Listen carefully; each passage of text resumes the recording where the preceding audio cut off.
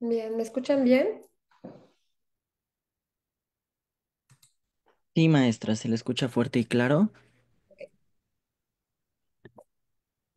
Yo soy Samuel, soy parte de la coordinación de la consultoría. Voy a estar aquí apoyándola. Ok, Samuel. Sí. Y a las 12 damos inicio. Voy a comenzar con una pequeña presentación y posteriormente para que inicie con la conferencia. Ok, sí, sin problema. Así.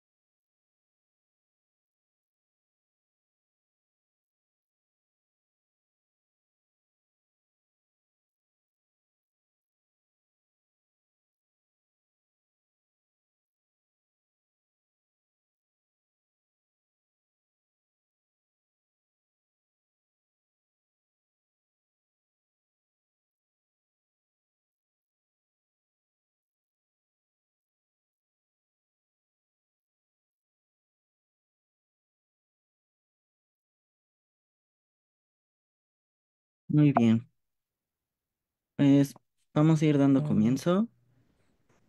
Muy buena tarde a todos y todas los presentes. En la pantalla se están mostrando nuestros cursos y diplomados que tenemos próximamente. Aún se pueden inscribir. En todos se otorga material de apoyo, grabaciones en las clases y constancia con valor curricular. Les recomendamos que los micrófonos se encuentran cerrados, por lo que les pedimos de favor a lo largo de la conferencia vayan realizando sus preguntas en la sección del chat y quienes nos visualizan en Facebook en la sección de comentarios.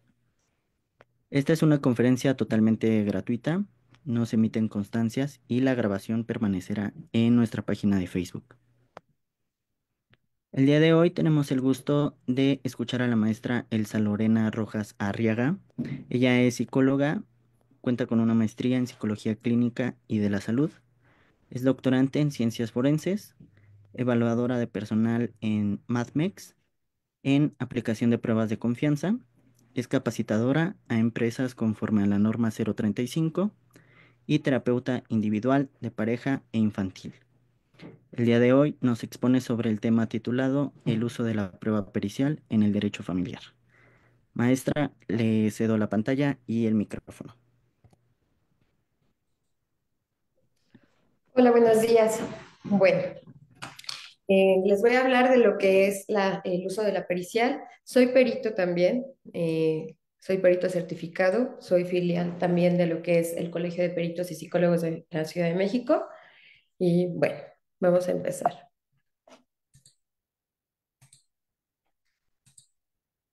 ¿Me escuchan ahí?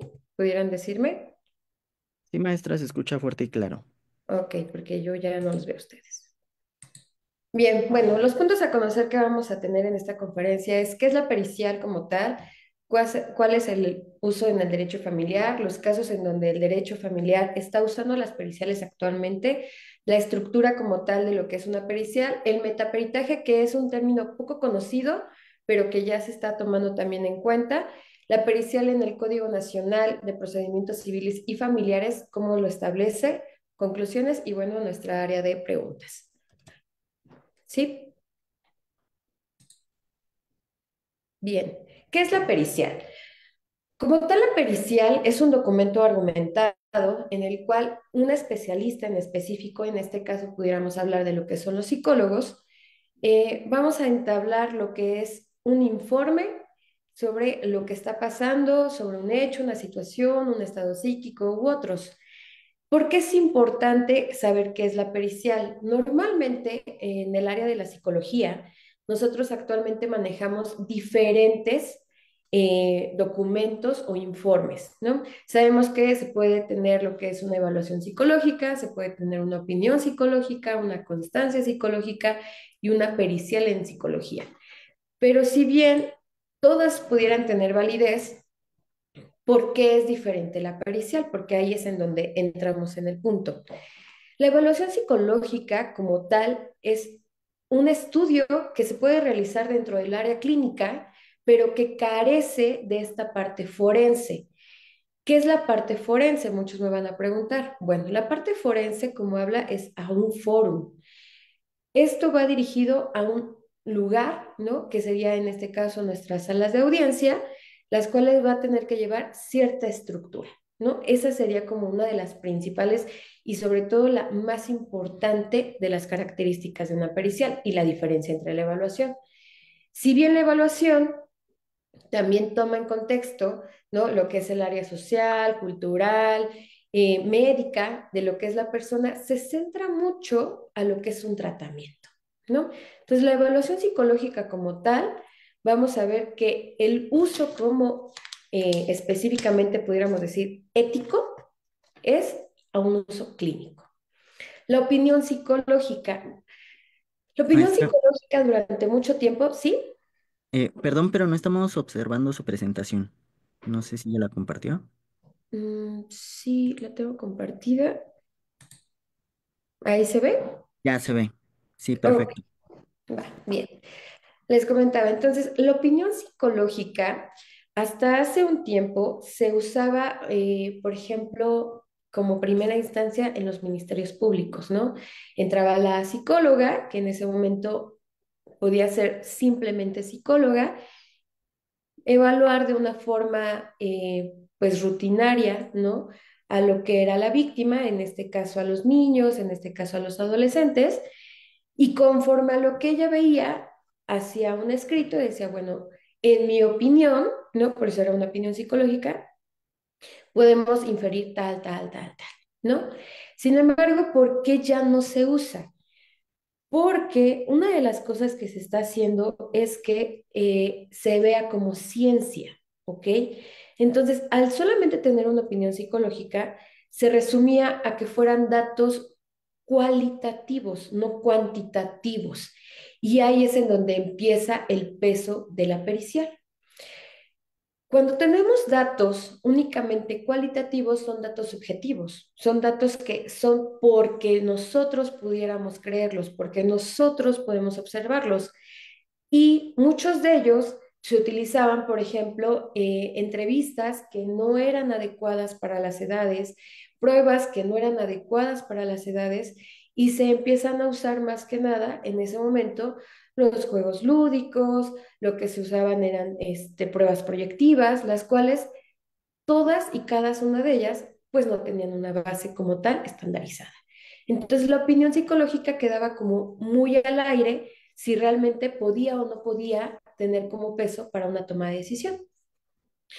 La constancia psicológica igual es un documento en donde solamente hago constar que esta persona está en un proceso o que asistió o que fue evaluado, pero no me desarrolla como tal lo que es realmente el diagnóstico, el tratamiento, etc. La pericial psicológica entonces aparece a necesidad de esto. ¿Qué es entonces la pericial? Bueno, es una estructura en la cual me va a empezar a tener datos no solamente cualitativos, sino cuantitativos. Como primer paso, la pericial va a tener fundamentos ya legales, bajo protocolos, bajo artículos, bajo lineamientos, que entonces le da un peso legal, un peso jurídico. ¿Para qué? Para que se pueda utilizar dentro de un foro. Paso número dos, bien, empieza a tener lo que es una evaluación estandarizada, una evaluación ya modificada de determinadas poblaciones, tiene que estar revisada, además de empieza a tener una metodología, el por qué voy a usar este tipo de pruebas, la entrevista y cómo voy a argumentarlo. Paso número tres, va a tener nuestras bases que como todos psicólogos sabemos que los manuales para diagnóstico es DSM-5 y el CI-11. Entonces, no nada más voy a decir, bueno, porque yo pude inferir o porque yo pude observar. No, con base a estos criterios, mi evaluación se dirige aquí y voy a determinar esto, ¿no? Entonces empieza a tener una estructura aún más clara de lo que va a ser evaluado, analizado, revisado y fundamentado dentro de este informe. Entonces, si bien empiezan a entender que la evaluación, la opinión y la constancia son cosas muy distintas a una pericial. La pericial es un informe un poco más complejo y estructurado de lo que pudiera ser solamente en el área clínica. Y sobre todo, ¿por qué? Porque debe tener un peso y una validez, porque a un juez le tiene que servir para tomar decisiones, para poder apoyarse a una reparación del daño, para poder apoyarse a lo que son soluciones en una audiencia, ¿no? Entonces, por eso tiene que ir tan estructurado. Bien, ¿cuál es el uso entonces? El uso de la pericial van a ser dos, ¿ok? El primero es ayudar a un juez, a un abogado, a tomar decisiones. Los jueces, vaya, tienen un problema enfrente de ellos, pero pues muchas veces no saben exactamente cuál es la raíz del problema, la consecuencia del problema, la secuela del problema y por lo tanto la reparación del daño del problema. Entonces, ahí es donde entra la pericial. Y para un abogado va a ser importante el uso de esta pericial precisamente porque con esto va a demostrar, argumentar sobre todo lo que son los hechos, las situaciones y los daños que está llevando su víctima. Es por eso que ahora es tan importante el uso de las periciales y sobre todo en lo que son los nuevos juicios orales. ¿Por qué? Porque es más rápido, ¿no? Que ahí entran un poco de situaciones que más adelante las vamos a comentar, ¿no? ¿Cuál es el objetivo número dos? Bien, como lo decíamos, es determinar el tipo de daño que el hecho en cuestión ha resultado, ¿no? ¿Para qué? Para que entonces, en este caso el juez y en este caso la víctima pueden tener una reparación del daño conforme a lo que ha sucedido, ¿no? Anteriormente se cuantificaba así, ¿no? Monetariamente o en cuestiones de bienes, etc., pero ahora, dándole el peso que tiene la salud mental, pues se tiene que también tener una reparación en ese punto y para esto ayuda la pericial. En otros casos, la pericial va a ayudarle al juez, al abogado, a los que están en ese fórum, para poder determinar cuáles son las capacidades, las habilidades, en este caso de custodias, en este caso de visitas, en este caso de adopciones, para saber cómo voy a permitir una convivencia, cómo voy a permitir al igual y el uso de lo que son, pues sí, ¿no?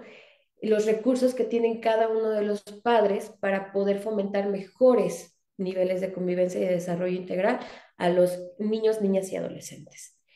Y el otro punto sería cuantificar la reparación del daño, como lo habíamos comentado. Entonces, el uso de la pericial tiene un peso importante dentro de lo que son los juicios orales, por lo que la pericial debe de aparecer en las primeras audiencias, ¿va? Eso es algo que marca mucho el Código Nacional de Procedimientos, que la pericial no es como el último recurso, sino tendría que ser de los primeros. De hecho, en lo penal, el uso de lo que es la pericial es un inicio de demanda, ¿no? ¿Sabes qué? En abuso sexual aparecen estos hitos de abuso, de daño, de maltrato, y entonces podemos entrar a una demanda. En estos casos, el uso de la materia familiar, bueno, se está dando ya a conocer, se está usando, pero sobre todo hay que saber usarla en el momento adecuado. Si no, de ser una pericial y una prueba probatoria, puede pasar a solamente una documental. Entonces puede ser parte de, pero no como una base de, ¿no? Eso es importante porque actualmente por eso desechan muchas periciales, porque en el momento en el que la están presentando, pues ya es como de, bueno, te presento esto también, pero entonces los jueces dicen, bueno, te la tomo como una documental, pero no como tal una prueba que me pueda a mí ayudar realmente a tomar una decisión, ¿va? Aparece. Y eso a veces. Entonces, es importante el uso adecuado y en el momento adecuado, ¿va? Bien. ¿En qué casos vamos a usar la pericial? Bien, la pericial, como lo podemos saber, no solamente es en el uso familiar, puede ser en lo penal, puede ser en lo laboral, puede ser también en lo empresarial. O sea, periciales, hay muchos tipos de periciales, pero en específico, no. En el caso de lo familiar, se remite a cuatro puntos importantes. Las custodias, visitas y convivencia, lo que son las adopciones y las guardas, lo que son maltratos, y ahorita les voy a decir por qué uso la palabra maltrato y no violencia, y divorcio, ¿va? Cuando hablamos de las custodias y visitas, hablamos de las evaluaciones de las capacidades parentales para, como bien lo dice, el interés superior de los menores, o en este caso, como ya se debe de hablar, de niñas, niñas y adolescentes. ¿Qué me hace este documento? Bien, no es que el documento te diga quién es el mejor postor para quedarse con el niño, porque no, no se tiene que tomar de esa forma. Lo que me está mostrando es cómo aquellas habilidades, a esa forma de convivencia, esas herramientas emocionales, esa forma y estilo de vida puede ser beneficiado el niño para un mejor desarrollo. Puede ser. No quiere decir que sea una ley, que porque la mamá o el papá tenga las mejores escuelas y el mejor esto y las mejores, ¿cómo se llama? Actividades extras, el mejor postor. No. Sin embargo, sí me va a dotar de un poco más de capacidades o de oportunidades para el desarrollo de el niño, la niña y el adolescente. Que bien esto puede ayudar a que no solamente se desarrolle de una manera óptima, ¿no? Sino que también el estilo de vida de este pequeño o de esta pequeña, pues sea idóneo, ¿no? Entonces, la pericial, en este caso, nos va a ayudar a poder evaluar eso. Por ejemplo, ¿no? Hay muchos que me comentan, es que a mí me dijeron que yo soy agresivo. Ah, bueno, dentro de esta evaluación se van a determinar tus rasgos de personalidad, tus herramientas emocionales, tu manejo del estrés, tu manejo también de lo que son las regulaciones y autorregulaciones emocionales, ¿no? Y entonces sí, podemos hablar también de las habilidades parentales. Pero si se fijan, es un conjunto del todo. No solamente es, voy a decir, es buen papá o es mal papá. No. Sino tengo que fundamentar el por qué pudiera ser o no pudiera ser beneficioso para el desarrollo integral de la NNA. Nada más. En mi informe, yo no puedo decir, es que conforme a lo que yo vi y observé, creo que es el mejor papá, o es que pudiera desarrollar mejor el papel del padre. No, no, no, no, no. Ese no es el trabajo dentro de lo que es este tipo de periciales, ¿va? El objetivo nato dentro de esta pericial es poder argumentar, fundamentar que la persona cuenta con las habilidades, capacidades, hasta en ese momento funcionales para poder llevar a cabo el paternal o el maternal. Hasta ahí. Y que pudiera ser de una forma beneficiosa. Cuando hablamos de la adopción y de la guarda, bien, aquí pareciera ser que va lo de la mano, sin embargo, tengo que ver cuál es el perfil de ese adoptante. ¿Por qué? Porque si bien el deseo puede ser mucho de ser padres, no lo son en muchos de los casos.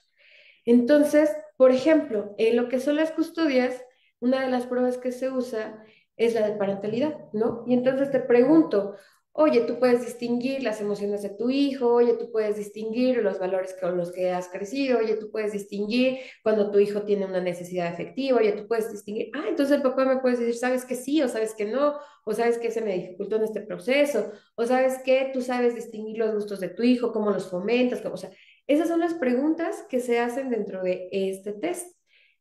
En una adopción yo no te puedo preguntar, oye, tú puedes distinguir las emociones de tu hijo porque a decir, no, o sea, no, no tengo eso ahorita desarrollado. Entonces, ¿qué es lo que sí podemos atender? Ok, ¿cómo actualmente tú gestionas tus emociones? ¿No? Empezar a ver lo que son problemas morales. Oye, si pasara esto, ¿cómo lo resolverías? Oye, si tienes tal problema, ¿cuál es tu opinión? Oye, entonces, este tipo de test va adaptado a las adopciones, ¿va? Por eso, aunque pudiéramos decir, es que es guarda y no, no es lo mismo, no es la misma forma de evaluación, y eso es algo que ahorita vamos a ver en la estructura, que es importante el saber qué tipo de entrevista, qué tipo de prueba, qué quiero evaluar, para qué lo voy a evaluar, para saber cómo armar una batería adecuada. ¿Ok? Maltrato. ¿Por qué hablamos de maltrato y no de violencia? ¿Alguien me pudiera contestar?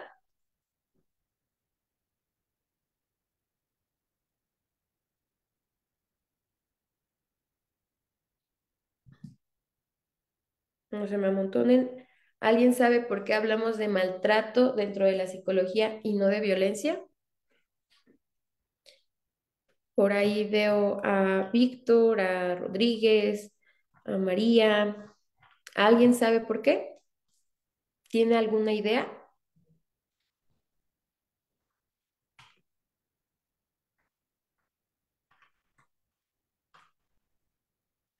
Bien, bueno. ¿Por qué maltrato? Como les comentaba, una de las bases que tenemos para hacer lo que son los diagnósticos dentro de una pericial como tal, Maestra, ¿mandé? es que tenemos limitado el audio para contestar. Ok, ok, perdón, no sabía. Bueno, es que siempre me gusta interactuar con los alumnos, pero este, ¿quieres comentar algo, Miriam, ya que pudiste abrir tu audio? Bueno, yo he de suponer que lo del maltrato significa a todas aquellas presiones que hacen los padres hacia los hijos, como las manipulaciones o lo que se le llamaba la alienación parental, para el efecto de que, por ejemplo, se restrinjan a convivir ya sea con mamá, con papá o con alguno de los parientes. Yo considero que esto se le denomina el maltrato más allá de lo de la violencia. Ok, sí y no. Y qué bueno que tocaste un tema por ahí de lo que es la alineación parental. Te voy a explicar, ¿va? Porque ahí es en donde muchas veces la pericial te la pueden tirar, simplemente con un argumento. Hablamos de maltrato porque en el DSM-5 lo que es la violencia no aparece como violencia. O sea, si tú lo buscas, no te va a aparecer, pero sí te aparecen figuras de maltrato, maltrato psicológico, maltrato físico infantil, bueno, de hecho es así, maltrato psicológico infantil, maltrato físico infantil, negligencia de cuidado e interferencia por problemas de pareja, ¿no? Así es como se puede denominar dentro del DSM-5. Cuando hablamos de la manipulación y tú me enmarcas lo que es el SAP, ¿no? El síndrome de alienación parental, ya no aparece, Miriam. Desde el 2023, en julio del 2023, este término desapareció, ¿va? Entonces, si yo dentro de mi pericial hablo del SAP, me va a decir, pues es que ya no me puedes hablar de eso porque ya no aparece como tal lo que era la manipulación y tiene un porqué de peso. A partir del 2023 aparecen las escuchas de los niños, ¿no? De los NNA. Entonces, el SAP me decía, ¿sabes qué? El niño no tiene la capacidad para poder tomar una decisión, el niño está manipulado, entonces está de manera, ¿no? Tal trabajado que el niño no tiene concepto de una realidad, no sabe lo que es bueno, no sabe lo que es malo, o sea, prácticamente no podía saber absolutamente nada, ¿no? Cuando aparecen las escuchas de los niños, ¿no? Pues la verdad es que no podríamos decir eso, porque entonces, eh, cuando aparece la escucha, se supone que el niño tiene la capacidad para decir qué es lo que está viviendo, qué es lo que está sintiendo, ¿no? Entonces yo no puedo hablar de que el niño está alienado y entonces ahora aparece lo que es la interferencia parental. Prácticamente pudiéramos decir que es pan con lo mismo, ¿no? Porque es la manipulación, es esta intervención continua, ¿no? Como bien lo enmarca a Irán Ábalos, ¿no? Exactamente. Este, ¿En qué parte aparece? Ah, sí, sí, lo buscas, bueno, es que es más o menos después, no es más o menos después de lo de esquizofrenia y todo eso, ahí aparece, ¿va? De hecho, es como por la página 290 y tantas, ¿ok? Cuando aparece esto ya de la interferencia, entonces sí, yo puedo argumentar, ¿sabes qué? Mi niño aún así dentro de la escucha probablemente no te va a decir todo, o probablemente va a sentir miedo, o probablemente todavía tiene el concepto de violencia, ¿no? En algún otro momento de su vida. Por ejemplo, ¿no? Es que mi papá me pegaba, ah, pero porque me portaba mal. Ah, porque mi papá me quiere mucho. Ah, porque mi mamá me dice esto. Ah, porque mi mamá dice que es para educarme. Entonces, tenemos que ser muy cuidadosos con lo que es la manipulación o en este caso, ya legalmente, interferencia parental, ¿va? Por eso es que aparece de esta forma, como maltrato. Si tú al revisar una pericial me dices, es que me están hablando de violencia psicológica y así lo argumentó el perito, eso no está argumentado ni siquiera por el DSM-5, ¿va? Porque no aparece así. Entonces, desde ahí estamos viendo o una mala praxis o un mal uso de lo que es la pericia. No tiene argumentos, no sabe cómo poder escribirlo, ¿no? No sabe cómo poder redactar. Entonces, seguramente no tiene los conocimientos, ¿no? necesarios para poder hacer la pericial. Y es que aquí, digo, sí es importante los términos, porque nosotros, vaya, somos muy técnicos, ¿no? Podemos hablar, de hecho, tiene que ser así con pelos y señales, ¿no? CIE 10 o DSM-5 y tal como aparece PX, tal, con el numerito, ¿por qué? Porque quiere decir que entonces así me aparece dentro de mi manual. En una ocasión, ¿no? Este, en una audiencia me decía el abogado, que por qué no había utilizado yo un manual mexicano. Entonces, pues es que, discúlpame, pero para nosotros el DSM-5 y el C11 es nuestra Biblia, ¿no? O sea, no es como que cada país tenga una forma de diagnóstico, ni, o sea, no, ¿no? Así como ustedes tienen aquí su código nacional y su código penal y todo eso, pues así nosotros, ¿no? Ustedes al igual y si es por estados, pues nosotros no, ¿no? Entonces, sí es importante que tú sepas argumentar el por qué usas determinados tecnicismos. Sí es importante fundamentarlos dentro de tu misma pericial. ¿Por qué? Porque eso le va a dar más peso y sobre todo va a hacer que para, en este caso, el juez, el abogado, quien lo tenga que leer, sea fácil de interpretar, pero sobre todo sea viable y confiable, ¿va? Entonces, por eso es importante. Déjenme leo porque si no se me van a ir las preguntas. Dime que no sabes con un perito sin deseo. Exacto, así es, dime que... Sí, la verdad es que de repente dentro de las audiencias hacen preguntas que te quedas así como de, wow, ¿no? Como este del por qué no usaste un manual. Digo, dentro de esto que hemos entrado, nos han hecho miles de preguntas de ese tipo, ¿no? El por qué no argumentas de, por ejemplo, ¿no? ¿Por qué ya no usas técnicas proyectivas?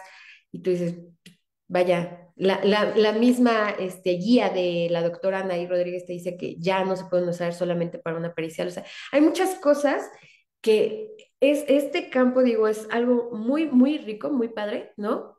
Exactamente, a veces lo ven como equivalente al Código Penal, ¿no?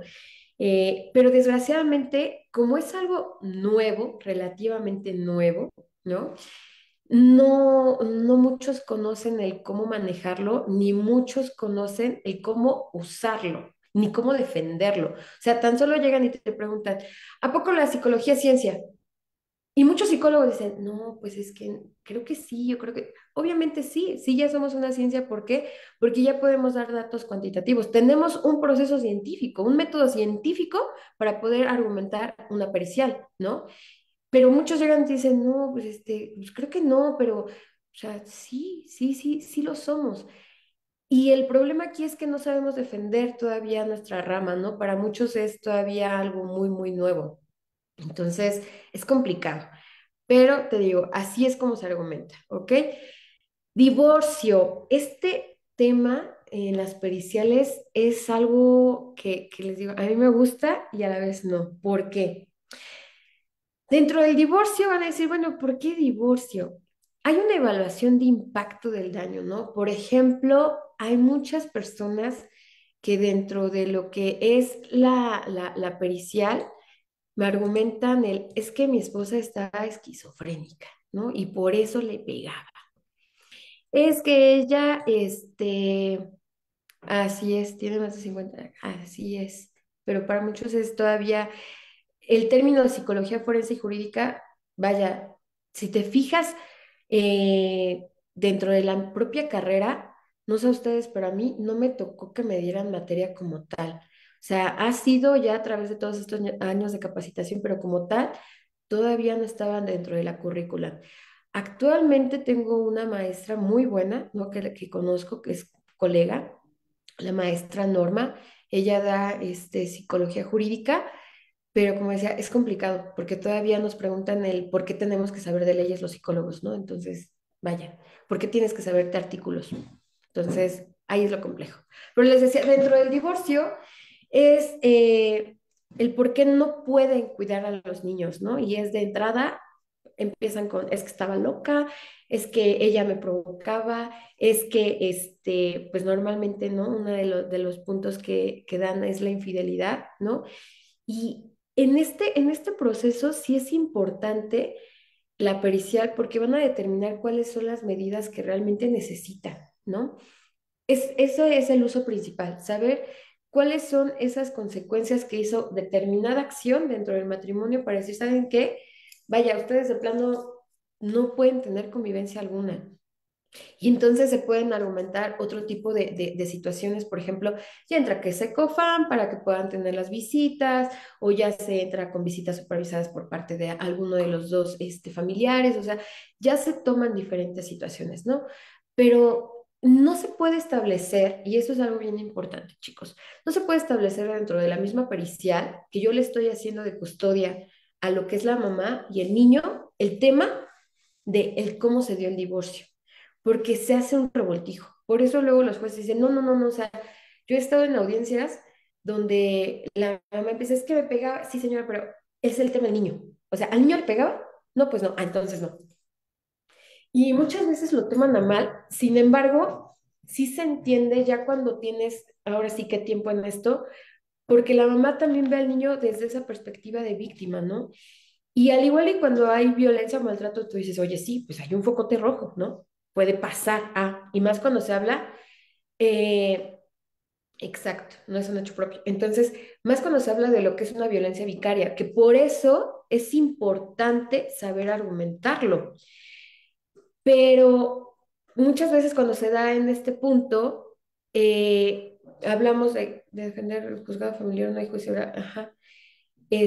Cuando hablamos de este punto, la persona quiere que la jueza se vuelque o se ponga en el punto de, sí, te engañaron, ¿no? Y entonces los abandonaron, los dejaron, los maltrataron, y no son no. Entonces, por eso sí es importante separar, porque muchas de las partes nos piden eso. Es que, como, como nos dejaron, no, o sea, terminó el vínculo de un matrimonio, pero no podemos terminar el vínculo como papás.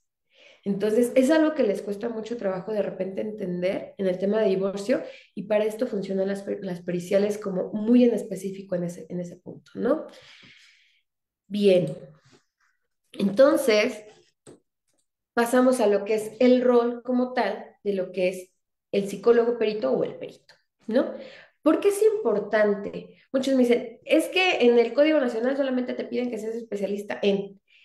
Sí, o sea, yo no, vaya, yo no voy a desvalorizar a mis colegas porque, vaya, yo no podría hacer eso, pero sí es importante saber cuál es la diferencia entre un psicólogo clínico y un perito, ¿no?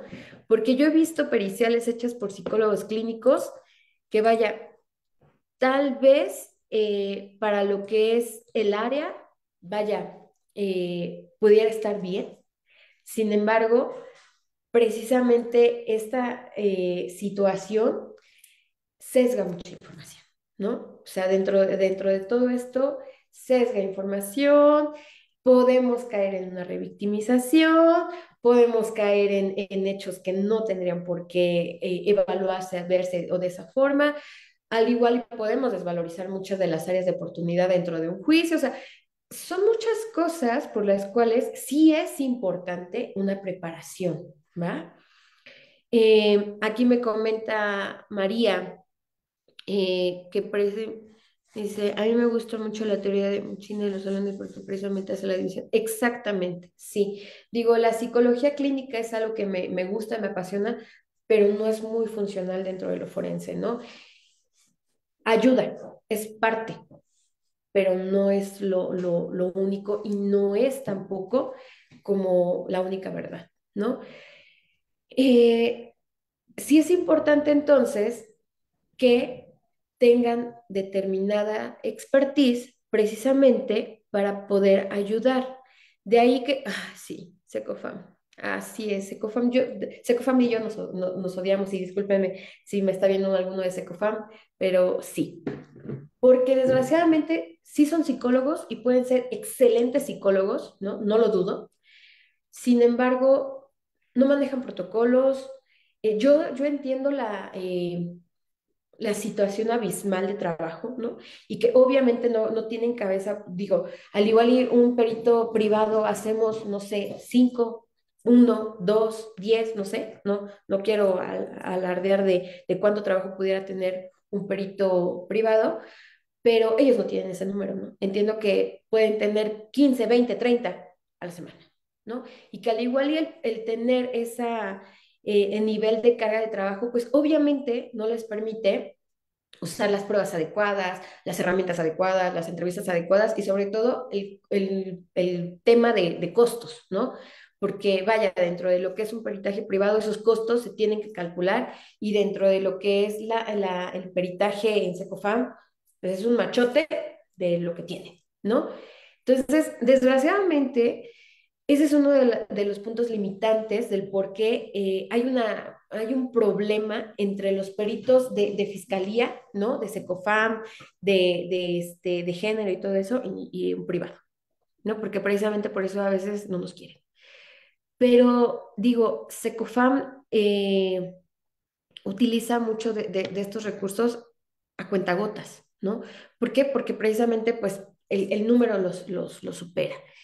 Eh, exacto, sí, sí, sí. Digo, eh, Ayrán, María, todo. Sí, Secofam necesitaría perfiles altamente especializados, sin embargo, pues muchos de los que están ahí pues son recién egresados o son psicólogos clínicos únicamente, no están certificados.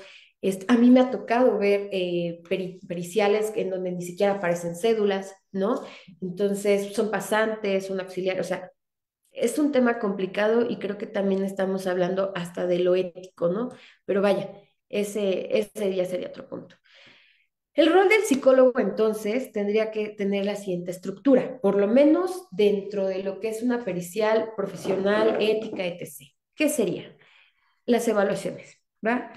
Las evaluaciones dentro de las periciales consisten en un conocimiento de pruebas estandarizadas para la correcta evaluación, para no revictimizar, para sacar la información adecuada, para poder determinar, para poder contestar las hipótesis, preguntas periciales, para poder dar realmente lo que es una herramienta funcional al juez. O sea, la evaluación es, yo creo que la médula ósea de lo que es una pericial.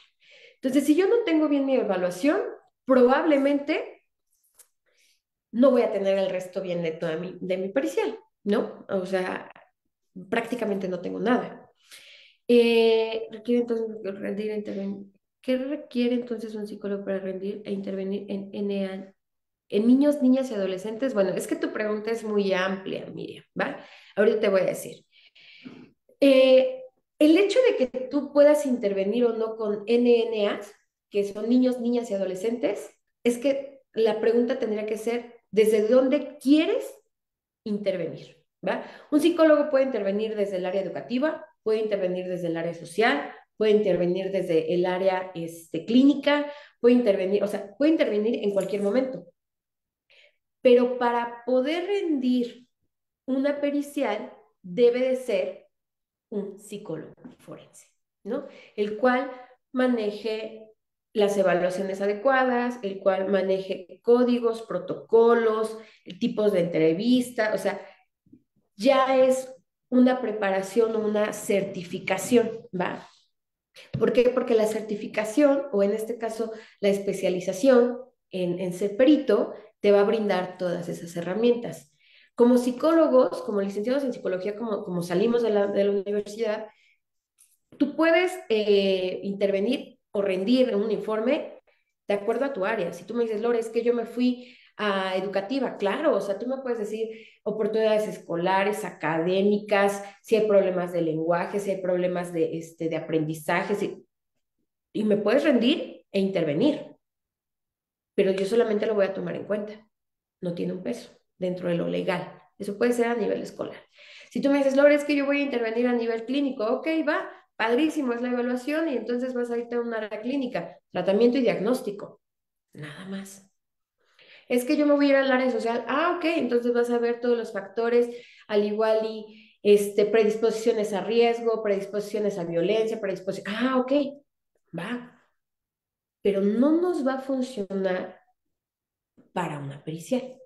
Entonces, ahí sí necesitaríamos una especialización, una certificación, un curso. Digo, actualmente con esta oleada de que todo el mundo quiere hacer los periciales, y digo, está padre, pero no se están preparando o están mal informando.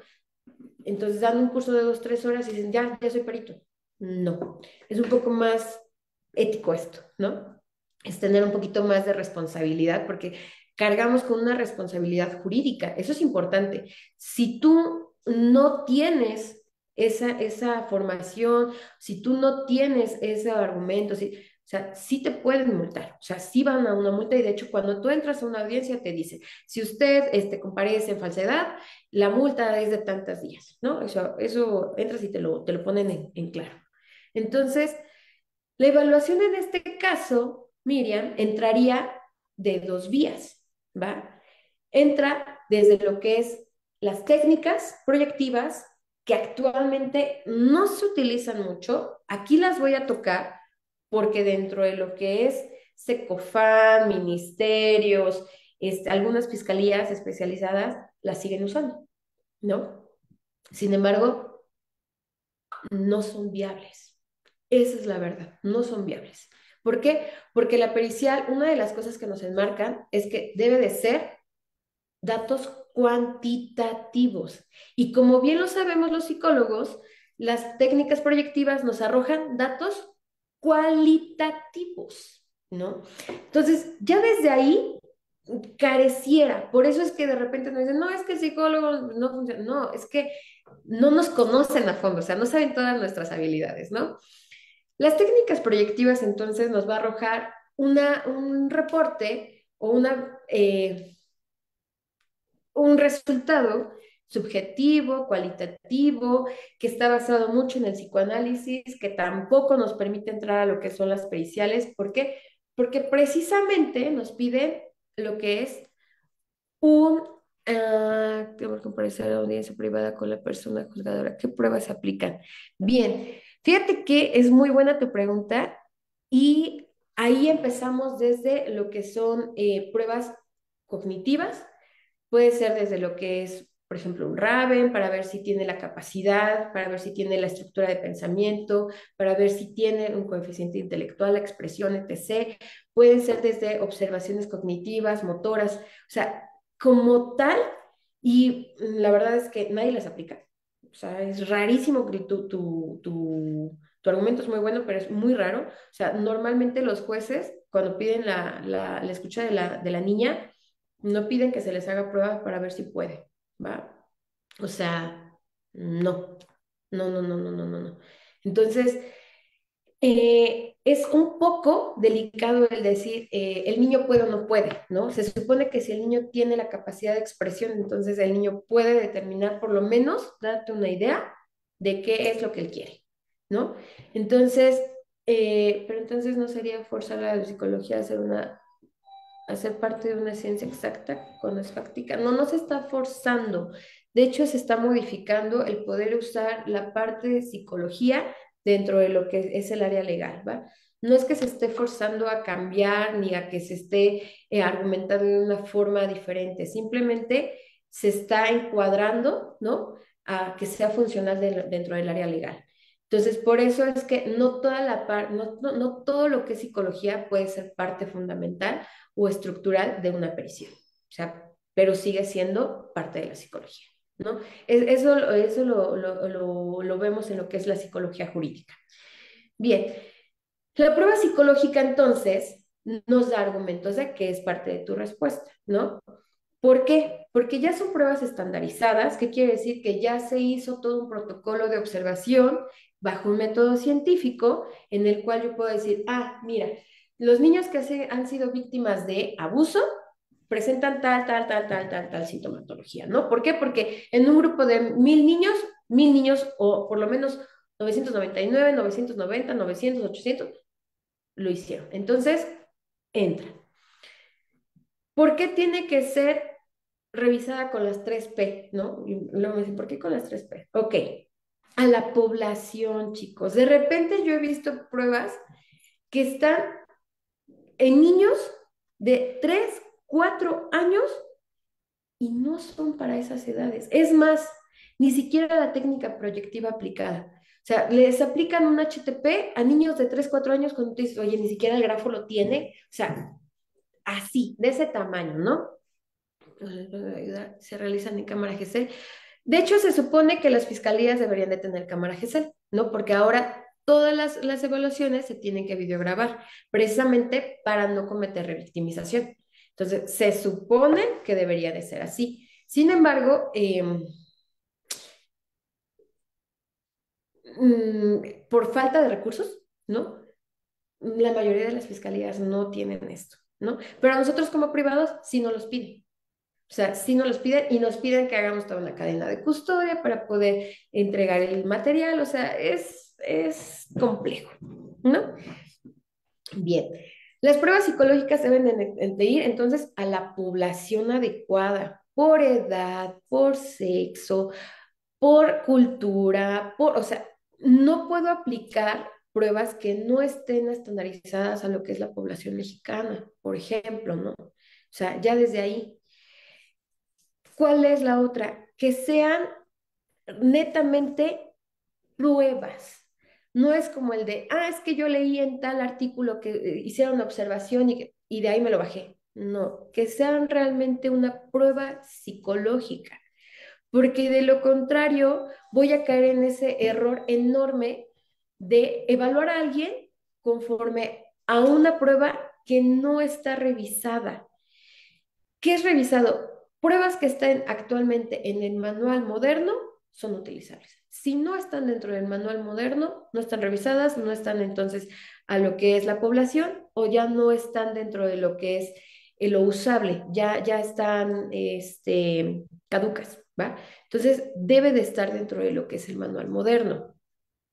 La bibliografía, precisamente vamos a eso, que las revisen, cuál fue la última versión, en cuántos idiomas ha sido traducida, si está precisamente para la población a la que yo la voy a usar, etc. Que sea actual, va de la mano, ¿va? Porque muchos me dicen, es que el Macover ya no se utiliza, ¿no? Por ejemplo, el MMPI, ok, sí se utiliza, pero ¿qué versión estás utilizándome? ¿Va? Y que sean datos cuantitativos, ¿no? Que eso es lo que nos va a arrojar. Bien, entrevistas, que va dentro de la misma evaluación. Las entrevistas es la forma más adecuada de poder tener los datos personales y de los hechos, sí, pero hay entrevistas, ¿no? Que se toman dentro de lo que son, todos dicen, vaya, yo me leí una pericial en donde decía, apliqué entrevista circular, paralela, estructurada, abierta. Dije, órale, en serio, tenían como 5 o 6 tipos de entrevista. Cuando tú lees algo así, tú dices, wow.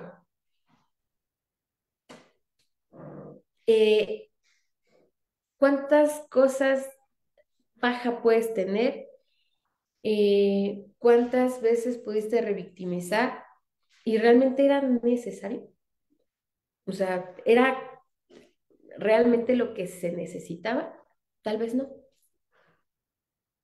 Entonces, dentro de la entrevista se va a tomar, por ejemplo, cuando estamos hablando de custodias, maltrato, etc., Michigan. Michigan tiene un protocolo en el cual se establece cómo y qué características debe tener esa entrevista para obtener la información adecuada sin ningún tipo de revictimización. Sin preguntas, ahí sí, inducidas, expresivas, vaya, nada. Y entonces obtengo lo que tengo que obtener. Hasta ahí. También otras editoriales. Pues es que normalmente el manual moderno tiene todas, ¿no? Digo, hay actualmente sí pruebas que están como en pruebas, ¿no? Pero nada más que tú las puedas argumentar, ¿va? Que tú me digas, ¿sabes qué, Lore? Las usamos por esto. Ah, va, ¿no? ¿Por qué? Porque entonces dentro de la pericia las vas a poder defender. Pero si un perito, ¿no? O en este caso el juez te dice, bueno, ¿y bajo qué argumentos? ¿Cuál fue tu nivel de población? ¿Cómo está estandarizada? Y no lo sabes, te tira la pericia, ¿va? Entonces, vaya, por eso es bueno tener esa bibliografía. Les decía, entonces, este protocolo ya tiene una serie de preguntas en las cuales nos va a arrojar eso.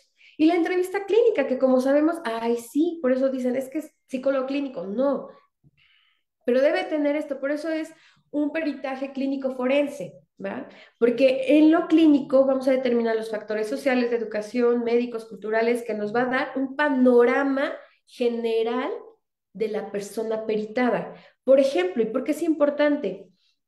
Si a nivel cultura, ¿no?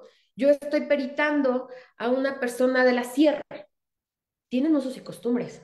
Y al igual, y su normativa de violencia o de maltrato es muchísimo más alta que uno de ciudad. O al igual, y en determinadas regiones todavía se usan, ¿no? Determinadas formas de educación, eso lo tengo que argumentar, el por qué al igual y no se visibilizó de algún tipo, de alguna forma, de algún momento, la violencia. Por eso es importante esta entrevista clínica, ¿ok? Bien, el siguiente punto sería lo que son los puntos de evaluación testimonial que ahora ya se están utilizando, ¿no? Que son los CBCA y los SBA. Los CBCA son 19 criterios con los cuales yo voy a ver la veracidad de lo que son los registros de memoria del el testimonio que me están dando. Y dices, bueno, ¿cómo es esto? Esto va a neurociencias, ¿no? Normalmente sabemos que todo cerebro trabaja con neurotransmisores, entonces en determinados momentos de trauma, de situaciones diversas, hay neurotransmisores que me dejan una huella ahí, de hecho. Y entonces el cortisol, porque en este caso sería el cortisol, cuando yo estoy escuchando el relato, una de dos, o me va a sacar una fotografía tal cual, olores, colores, momentos, sonidos, todo, o lo borro. Pero entonces voy a ver genuinamente que la emocionalidad va de la mano, ya sea porque o recuerda todo o no recuerda nada, porque tiene flashazos o porque solamente tiene, vaya, determinados momentos. Entonces ahí se basa el CBCA. El SBA son 3 puntos, que es la entrevista, ¿no? Que es todo lo que nosotros ya corroboramos. El otro punto es los CBCA, que son los 19 criterios. Y entonces, sumando todo esto, ¿qué es lo que me va a arrojar? Ah, pues que me va a decir, ¿sabes qué? ¿Es o no es viable este testimonio? ¿Por qué? Porque conforme al análisis que yo ya realicé, conforme a lo que yo ya escuché en mi entrevista, en la clínica, en la forense, en lo que yo ya revisé, digo, ay, ¿sabes qué? Sí me concuerda. Uno, dos y tres tienen el mismo camino. Uno, dos y tres me arrojó la misma emoción. Uno, dos y tres tienen las mismas fallas. Uno, dos, y cuando ustedes lo ven de esa forma, vaya, en lo que es la pericial en abuso sexual, es, vaya, sí, la editorial TEA tiene también, este, tiene, ¿cómo les diré? Como hasta, tú dices, wow, es la emocionalidad, cómo da el develamiento, cómo te lo explica, cómo lo duda, cómo es la expresión de miedo, de angustia, de desolación, de la culpa, de la vergüenza. O sea, cada una de las cosas que hasta pareciera ser que es check, check, check, check, check, es increíble, ¿va? Y sobre todo en niños es el primer develamiento, ¿no? De lo que es el hecho, es impactante cuando tú usas estos criterios, como de la mano es como de, wow, sí, sí, sí, sí, sí, sí, ¿no? Entonces, eso da una profunda veracidad a lo que estás evaluando, ¿ok? Bien. Me voy a ir un poquito más rápido porque sí, es algo que me pasa, chicos, me extiendo de repente mucho, ¿va? El análisis, la identificación y la elaboración del informe. Bien, como lo decíamos, nuestras Biblias, ¿no? Nos rige DSM-5 y CIE-11. Entonces, para poder elaborar esto, yo voy a hacer el análisis de mi entrevista, clínica, forense, de todo lo que escuché, de todo lo que empecé a escribir, de cómo la vi, de cómo la observé. De hecho, en uno del apartado te dice, observación durante la entrevista, ¿no? ¿Cómo la viste? ¿Cómo la sentiste? ¿Por qué? Porque todo eso se tiene que ir analizando dentro del análisis de contenido. Y esto lo vamos a fundamentar con nuestra NOM 004 SSA, y ahí se las pongo. ¿Para qué? Para que empiece a tener ese peso jurídico. ¿Ok? Entonces yo voy a decir, no nada más pregunté esto porque se me dio la gana. No, la norma me dice que debo de tener antecedentes familiares, personales, los cuales me brindan, ¿va? Y entonces lo estructuro. El siguiente paso es la contestación de las preguntas periciales y las hipótesis, las cuales me las van a arrojar el planteamiento del problema. ¿Quién me da el problema? Mi peritado. ¿Sabes qué, Lore? Es que me quieren quitar a mi hija y yo estoy argumentando. Ah, ok, a ver, ¿qué pasó? Entonces me plantea el problema y conforme a ello arrojan las hipótesis, ¿no? Pues fulanita de tal presenta o no sintomatología no específica con personas de abuso sexual, o presenta sintomatología relacionada con víctimas de violencia, o presenta o no el niño, ¿no? De identidad reservada, no se puede poner el nombre de identidad reservada, de iniciales tal, presenta sintomatología compatible con niños víctimas de maltrato psicológico, físico, emocional, psicológico, ¿no? Entonces, conforme a todo lo que yo ya evalué, me voy a poner, lo voy a revisar, lo voy a analizar y voy a decir, ¿sabes qué? Mis hipótesis salieron negativas o positivas. Se pueden descartar o se pueden afirmar, ¿va? Y entonces se hace la contestación de esas preguntas. ¿Por qué es importante? Porque dentro del Código Nacional nos pide que para que la pericial sea funcional debe de tener puntos a determinar, ¿no? Entonces, ¿qué vamos a determinar? Ah, pues determinar el estado psicológico actual. Ah, determinar el daño por el hecho o situación vivido. Ah, pues a determinar el tipo de personalidad, etc. O sea, vamos a determinar, ¿va? Y esto nos va a arrojar otro punto importante, que cuando se integren las pruebas, se haga el análisis, se pueda concluir, ¿va? Muchos dentro de las periciales concluyen y solamente concluyen con el si hay daño. Ajá, y sí presenta sintomatología relacionada. ¿Y cuál? Cuando decimos que nuestro DSM-5 y el CIE-11 son base, es porque dentro de la misma ya hay una parte en donde dice la declaratoria de uso forense, entonces la pones ahí, ¿no? Y entonces encuadras, ah, mira, es que el DSM-5 me establece estos criterios de evaluación y entonces, con lo evaluado, lo escuchado, lo analizado, sí concuerda.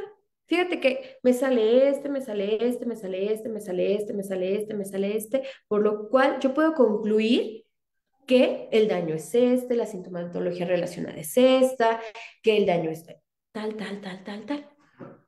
¿Para qué? Para que entonces en la parte, ¿qué declaratoria se refiere? A ver, déjenme de una vez se los... Voy a cerrar tantito esta, bueno, lo voy a minimizar y te voy a poner un archivo. Espérenme. Yo creo que en esto lo tengo. ¿Me dicen si se ve? Ahí está. Miren. ¿Sí se ve? Sí, maestra, sí se ve.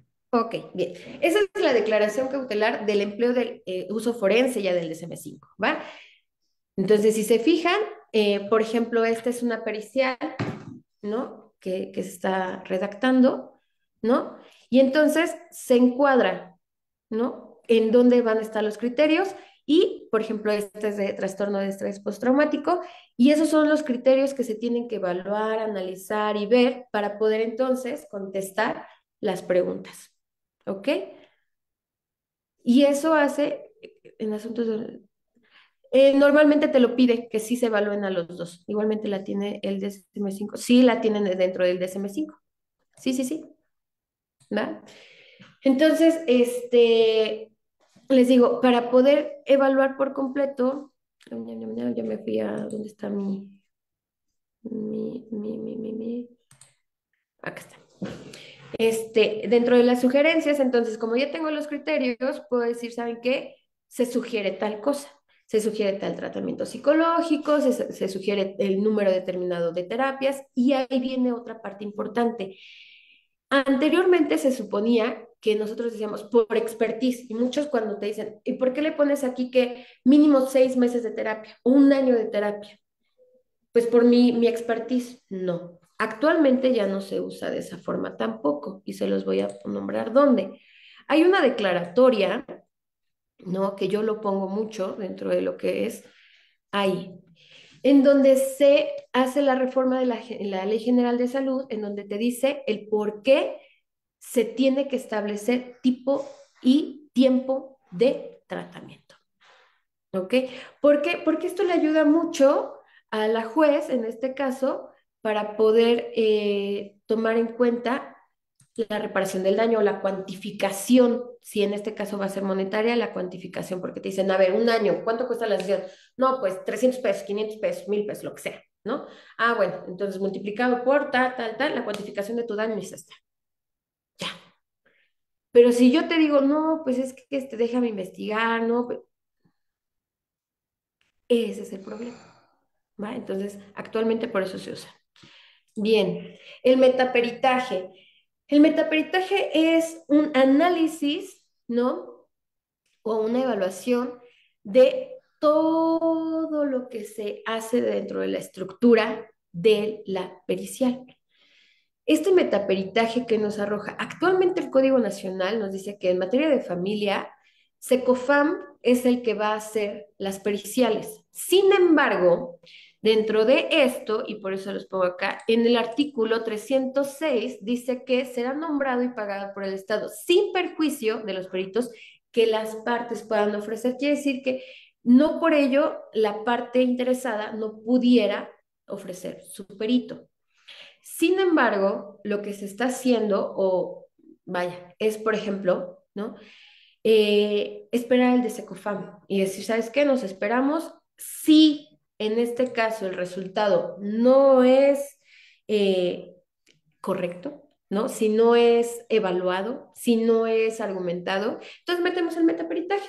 El metaperitaje no es decir si existe o no existe el daño, sino es conforme a todo lo que se evaluó, lo que hicieron, cómo lo trabajaron, etc., si tiene o no tiene validez. De hecho, la doctora Anaí Rodríguez marca una línea muy importante en la evaluación de las periciales, ya que dentro de esta guía te dice qué hacer, qué no hacer, cuáles son los puntos a tratar, cuáles son las cosas que debes de observar, cuáles son las cosas que no debes de observar, qué son las cosas que debes de evaluar, cuáles son las pruebas que no debes usar, cuáles sí puedes usar, para qué las puedes usar. O sea, y esa es del Poder Judicial. Pero cuando tú les hablas de ella, muchos no la conocen. Y cuando hablamos del metaperitaje, me decían los abogados, es que ese es un término que se lo inventaron los psicólogos. Pues no, porque de hecho el metaperitaje, Lázaro Ruiz lo saca y ¿qué creen? Que él es abogado. Entonces muchos se quedan como, wow, sí, o sea, es un término que no se escucha mucho en audiencias, que cuando tú dices un metaperitaje, ¿un qué?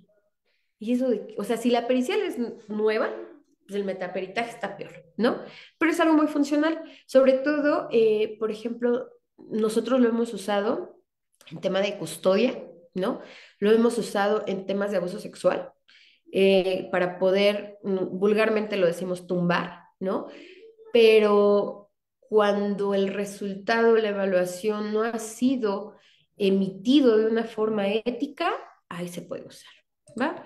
Entonces, la pericial dentro del Código Nacional ya lo establece como la prueba pericial solo y cuando se va a hacer, cuando se necesite, obviamente, establecer y determinar daños psicológicos, ¿no? La reparación de un daño, las habilidades, en este caso parentales, para poder determinar si un hecho o no es real. Entonces podremos decir que se usa, ¿no? No nada más me dicen solo, pues sí, solo, pero pues es entonces en todos los ámbitos, ¿no? Y en el artículo 306, ahí es en donde nosotros como peritos privados podemos dar esa credibilidad de nuestro papel y rol como el código, la ley reconoce. Claro, sí lo reconoce. De hecho, dentro de lo que es el metaperitaje, digo, es un uso como prueba y como documental dentro de los tiempos establecidos. Pero, por ejemplo, en abuso sexual, cuando estamos hablando en el caso, ¿no?, de un victimario, él tiene 72 horas para poder presentar un metaperitaje dentro del peritaje que le hicieron a la víctima, ¿no? Es un ejemplo. Y cuando estamos hablando de custodias, es para ofrecer también amparos, ¿no? Se mete un metaperitaje y dice, ¿sabes qué? Por eso estamos amparando y las visitas, las convivencias, etc., no se pueden efectuar, ¿no? Entonces, ahí sí, y sí lo reconoce. Como tal, se encuentra dentro de lo que es el Código Nacional como dentro de la pericial, ¿va? Entonces, eh, ¿tienen dudas, preguntas, chicos? Si no, por mi parte, pues me apuré para poder terminar a la una, porque si no, luego me andan correteando. ¿Dudas, preguntas, comentarios? Pueden ir colocando sus preguntas en la sección de comentarios. Lo que es realmente. Mm, En Facebook no tenemos comentarios, maestra, pero ya están colocando aquí sus preguntas. ok. Bueno, creo que eso de tienen curso, eso sería con ustedes ya, preguntarlo si tienen curso diplomado para ser perito. ¿Puede de nueva cuenta referir la bibliografía que mencionaste? La de el decreto.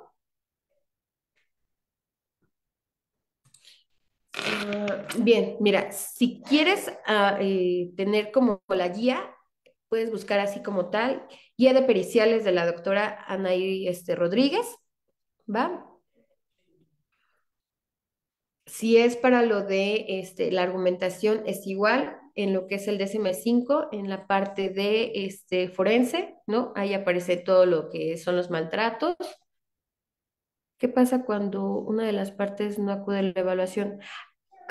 Bueno, ahí normalmente lo que hace la juez es que les da como la oportunidad de volver a hacerlo y si no, entonces queda en desacato y todo lo que la otra parte muestre queda como verdad.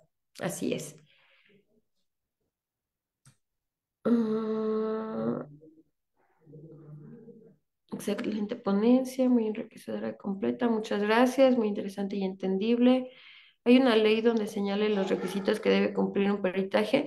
Como tal, no es una ley, digo, el Código Nacional de Procedimientos Familiares, bueno, civiles y familiares, solamente enmarca para el uso, pero no como tal la estructura. De hecho, es una de las cosas que solamente la guía, tal cual la guía de Anaí Rodríguez, lo tiene como contemplado y es dentro de lo que es el Poder Judicial, pero como tal, no hay una ley que lo regule. Debería de ser muy bueno para que entonces la estructura fuera la misma para todos, ¿no? Y ese es uno de los problemas que tienen los peritos de fiscalía, los peritos privados y todo, que de repente, por ejemplo, la estructura así rapidísima, yo te podría decir que debe tener básico, una ficha de identificación, la entrevista, marco teórico, la metodología, las referencias, las consideraciones técnicas, la bibliografía, las conclusiones, las hipótesis, este, ¿qué más?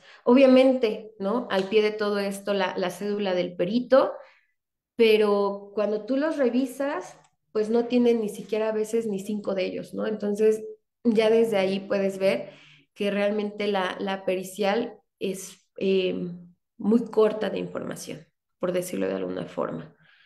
¿Va? Eh, me repite el nombre de doctora Anaí Rodríguez. Qué curioso porque qué curioso porque en este caso no pasó así. Entonces, el juez, sí, no estuvo mal el juez. Lo que pasó ahí es que, bueno, sí estuvo mal. ¿Para qué te voy a mentir? Desgraciadamente, el punto es que a veces ni los jueces saben exactamente para qué las están pidiendo, ¿no? Entonces, ellos mismos desestiman la prueba. Entonces, como de no fue, no pasó, bueno, pues ya entonces lo que siga y veamos, ¿no?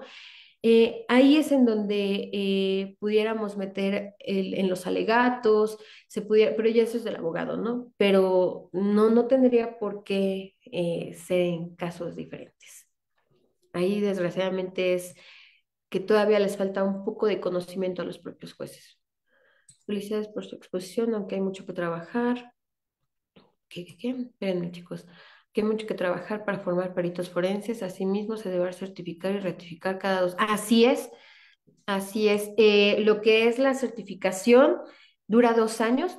Entonces sí es algo que tienes que estar continuo, precisamente para poder tener esa validez.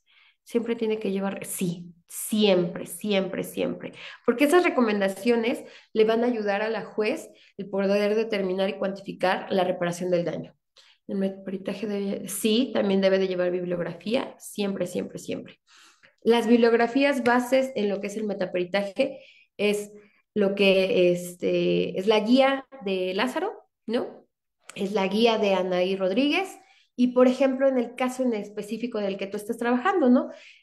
¿Por qué no se pueden usar esas pruebas? ¿Por qué no se pudo evaluar de esa forma? Porque al igual en la entrevista usaron una niche en lugar de una Michigan, ¿no? Michigan estamos hablando de maltrato, niche es específicamente de abuso sexual, entonces ahí para eso es buena la bibliografía.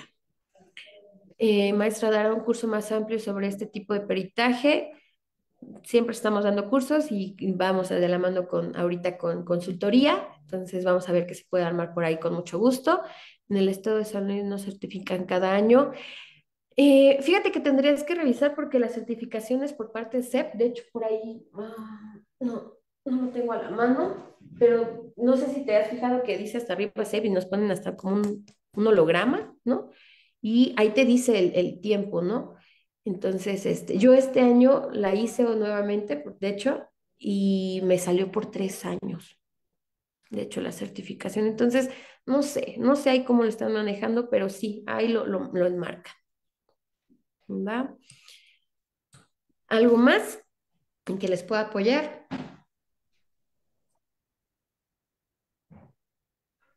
Creo que ya vamos a ir dándole cierre a la Ok, conferencia, maestra.